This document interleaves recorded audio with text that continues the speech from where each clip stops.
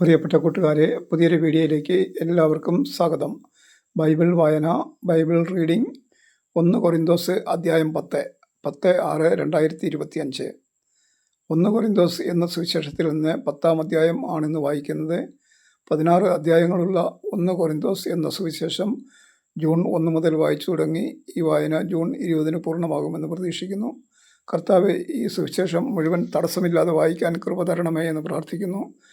കർത്താവ് ഈ വചനവായന കേൾക്കുന്ന എല്ലാവരെയും അനുഗ്രഹിക്കണമെന്ന് പ്രാർത്ഥിക്കുന്നു. കർത്താവായ യേശുക്രിസ്തുവിൻ്റെ കൃപ എല്ലാവരുടെയും കൂടെ ഉണ്ടായിരിക്കട്ടെ. 1 കൊരിന്തോസ് അധ്യായം 10. വിഗ്രഹ ആരാധനയ്ക്ക് എതിരെ.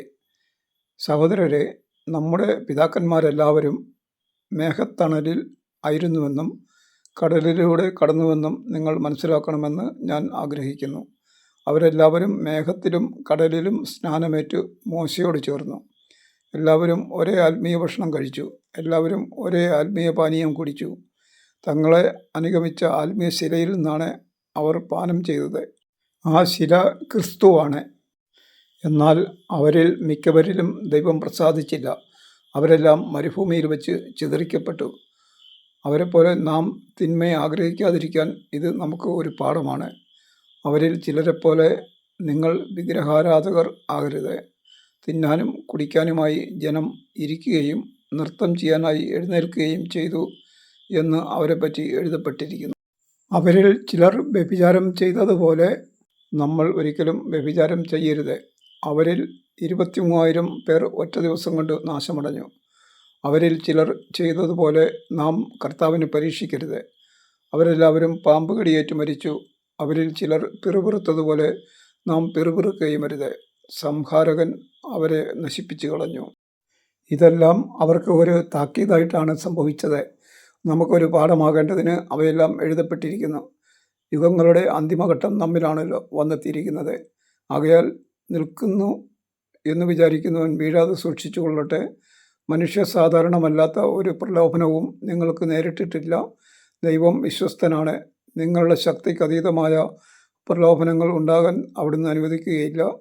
പ്രലോഭനങ്ങൾ ഉണ്ടാകുമ്പോൾ അവയെ അതിജീവിക്കാൻ വേണ്ട ശക്തി അവിടുന്ന് നിങ്ങൾക്ക് നൽകും. ആകയാൽ പ്രിയപ്പെട്ടവരെ, വിഗ്രഹാരാധനയിൽ നിന്ന് ഓടിയകലുവിൻ. വിവേകമതികളോടെന്ന പോലെ ഞാൻ നിങ്ങളോട് പറയുന്നു. ഞാൻ പറയുന്നത് നിങ്ങൾ തന്നെ വിധിക്കുവിൻ. നാം ആശീർവദിക്കുന്ന അനുഗ്രഹത്തിൻ്റെ പാനപാത്രം ക്രിസ്തുവിൻ്റെ രക്തത്തിലുള്ള ഭാഗഭാഗിത്വമല്ലേ? നാം മുറിക്കുന്ന അപ്പം ക്രിസ്തുവിൻ്റെ ശരീരത്തിലുള്ള ഭാഗഭാഗിത്വമല്ലേ? അപ്പം ഒന്നേയുള്ളൂ. അതിനാൽ പലരായിരിക്കുന്ന നാം ഒരു ശരീരമാണ്. എന്തെന്നാൽ ഒരേ അപ്പത്തിൽ നാം ഭാഗഭാഗുക്കളാണ്. ജനനം കൊണ്ട് മാത്രം ഇസ്രായേൽക്കാരായവരെ നോക്കുവിൻ. ബലിവസ്തുക്കൾ ഭക്ഷിക്കുന്നവർക്കല്ലേ ബലിപീഠത്തിലെ ഭാഗഭാഗിത്വം. വിഗ്രഹത്തിന് സമർപ്പിച്ച ആഹാരപദാർത്ഥമോ വിഗ്രഹം തന്നെയോ എന്തെങ്കിലും ആണെന്ന് ഞാൻ ഉദ്ദേശിക്കുന്നുണ്ടോ? ഇല്ല. വിജാതീയർ ബലിയർപ്പിക്കുന്നത് പിശാചിനാണ്, ദൈവത്തിനല്ല എന്നാണ് ഞാൻ പറയുന്നത്. നിങ്ങൾ പിശാചുക്കളുടെ പങ്കാളികളാകാൻ ഞാൻ ആഗ്രഹിക്കുന്നില്ല. ഒരേ സമയം കർത്താവിൻ്റെ പാനപാത്രവും പിശാചുക്കളുടെ പാനപാത്രവും കുടിക്കാൻ നിങ്ങൾക്ക് സാധിക്കുകയില്ല. കർത്താവിൻ്റെ മേശയിലും പിശാചുക്കളുടെ മേശയിലും ഭാഗഭാക്കുകളാകാനും സാധിക്കുകയില്ല. കർത്താവിൽ നാം അസൂയ ഉണർത്തണമോ? നാം അവിടുത്തേക്കാൾ ശക്തരാണോ? എല്ലാം ദൈവമഹത്വത്തിന്. എല്ലാം നിയമാനുസൃതമാണ്, എന്നാൽ എല്ലാം പ്രയോജനകരങ്ങളല്ല. എല്ലാം നിയമാനുസൃതമാണ്, എന്നാൽ എല്ലാം പടുത്തുയർത്തുന്നില്ല. ഏതൊരുവനും സ്വന്തം നന്മ കാക്ഷിക്കാതെ അയൽക്കാരൻ്റെ നന്മ കാക്ഷിക്കട്ടെ. ചന്തയിൽ വിൽക്കപ്പെടുന്ന ഏതുതരം മാംസവും വാങ്ങി മനഃശാഞ്ചല്യം കൂടാതെ ഭക്ഷിച്ചുകൊള്ളുവിൻ. കാരണം ഭൂമിയും അതിലുള്ള സർവ്വവും കർത്താവിൻ്റെതാണ്. അവിശ്വാസിയായ ഒരുവൻ നിന്നെ ഭക്ഷണത്തിന് ക്ഷണിക്കുകയും പോകാൻ നീ ആഗ്രഹിക്കുകയും ചെയ്താൽ വിളമ്പിത്തരുന്നതെന്തും മനഃശാഞ്ചല്യം കൂടാതെ കഴിച്ചുകൊള്ളുക.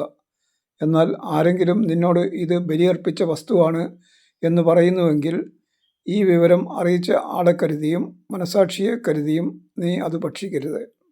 നിന്റെ മനസാക്ഷിയല്ല, അവൻ്റേതാണ് ഞാൻ ഉദ്ദേശിക്കുന്നത്.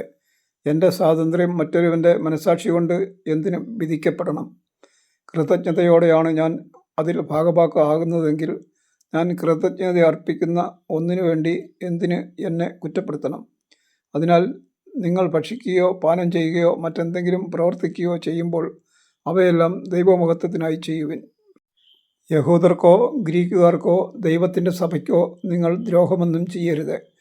ഞാൻ തന്നെയും എല്ലാവരുടെയും രക്ഷയെപ്രതി അനേകരുടെ പ്രയോജനത്തിനായി എൻ്റെ പ്രയോജനം നോക്കാതെ എല്ലാ കാര്യങ്ങളിലും എല്ലാവരെയും പ്രീതിപ്പെടുത്താൻ പരിശ്രമിച്ചു കൊണ്ടിരിക്കുന്നു. 1 കൊറിന്തോസ് 10-ാം അധ്യായം വായന പൂർണ്ണമായി.